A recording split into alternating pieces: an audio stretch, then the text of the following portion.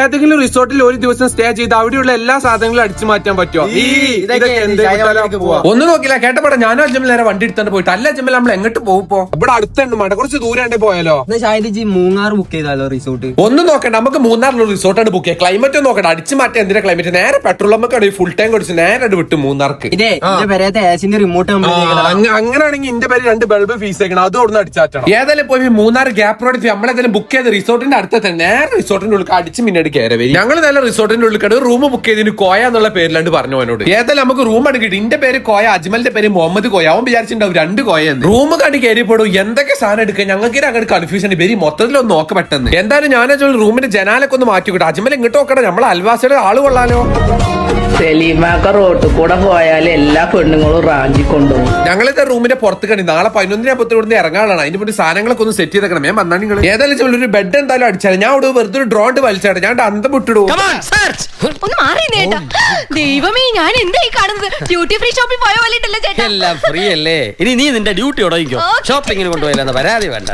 ഏതായാലും നമുക്ക് ആവശ്യമുള്ള സാധനങ്ങൾ എടുത്ത് നമ്മൾ ഭദ്രമായിട്ട് തന്നെ വെച്ചേക്കണം. ഏതായാലും പിന്നെ നാളെ രാവിലെ ഇറങ്ങാനുള്ള പ്ലാൻ ചെയ്യാം. പിറ്റേഴ്സ് രാവിലെ ആയി തന്നെ ഞാൻ അജ്മലിനെ നേരെ വിളിച്ചാൽ ഞാൻ അജ്മലോട് പ്ലാൻ ചെയ്ത് എങ്ങനെ സാധനം പുറത്ത് കയറി. ഞാൻ അയാളോട് മെല്ലെ എന്തേ സംസാരിക്കാം. അജ്മൽ അജാ ക്യാപ്പിൽ ലൈസൻസിന്റെ ബാക്ക് കൂടി സാധനം കൊണ്ട് കാറിൽ വെച്ചാളെ ഇറങ്ങി പറ്റിയോ?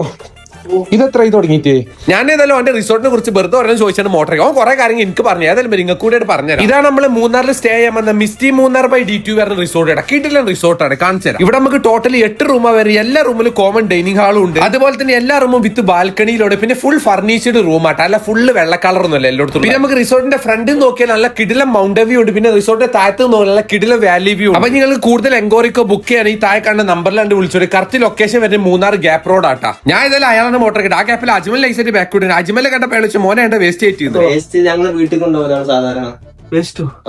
ഒരു വിധത്തിൽ ഞാൻ അയാളെ പറഞ്ഞിട്ട് മോട്ടർ ഞങ്ങൾ പുതിയ ബയോഗ്യാസ് സ്റ്റാർട്ട് അയക്കാനുള്ള വേസ്റ്റ് എന്ന് പറഞ്ഞിട്ട് അയാൾ കൺവിൻസ് ചെയ്ത് മോനെ ഒരു സാധനം എന്തായാലും കറണ്ട് ഉള്ളു. ഇനി അടുത്ത സാധനം നോക്കാം. അയാൾ ഇന്നലെ പറഞ്ഞു ഫുഡ് വേണമെങ്കിൽ പറഞ്ഞാൽ മതി, അയാൾ കൊടുന്നേരാന്ന് പറഞ്ഞു. ഇന്ന് അത് വെച്ചിട്ട് മോട്ടറാക്ക വരി.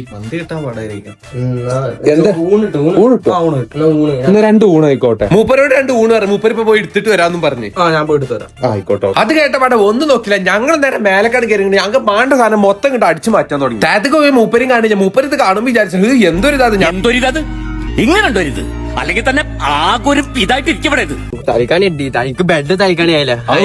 അപ്പൊ അടുത്ത ഇൻട്രസ്റ്റ് അപ്പൊ ഓക്കെ ബൈ.